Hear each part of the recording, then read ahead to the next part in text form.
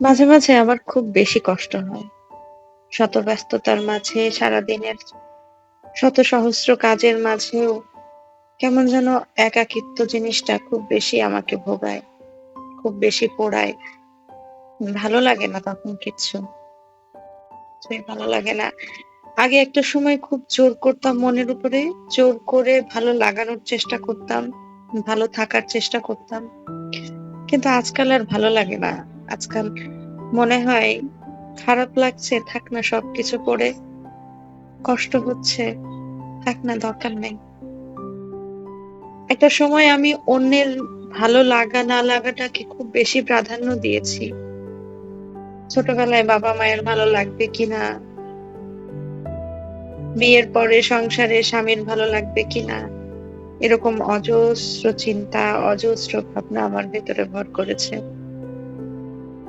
তাই তো পাওয়া বা না পাওয়ার হিসাবটা হয়তো আমার কখনোই সেভাবে করা হয়নি। এখন খারাপ লাগলে চুপ হয়ে যাই। খারাপ লাগলে নিজের মতো করে থাকতে ইচ্ছে হয়। মন চায় আর কারো ভালো লাগলো কি না লাগলো তার তোয়াক্কা নাই বা করলাম। আমার ভালো লাগা বা না লাগার তোয়াক্কা তো কখনোই কেউ করল না। হয়তো এটাকেই বলে মুড সুইং, হয়তো এটাকেই বলে অভিমান।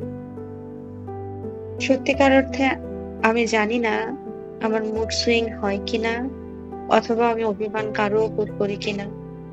কিন্তু তীব্র মাথা যন্ত্রণা আর মাঝে, মাঝে নিঃশ্বাসে একটা কষ্ট এটা আমি বোধ করি।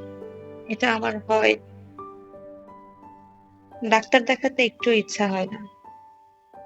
মনে হয় কিছু, কিছু যন্ত্রণা, কিছু, কিছু রোগ একান্তই আমার থাক। কেউ না জানুক। আমৃত্যু পর্যন্ত এগুলো আমি বয়ে বেড়াই। থাক না। কেউ না জানলেও আমার কি হয়েছে? কেনই বা আমি এমন?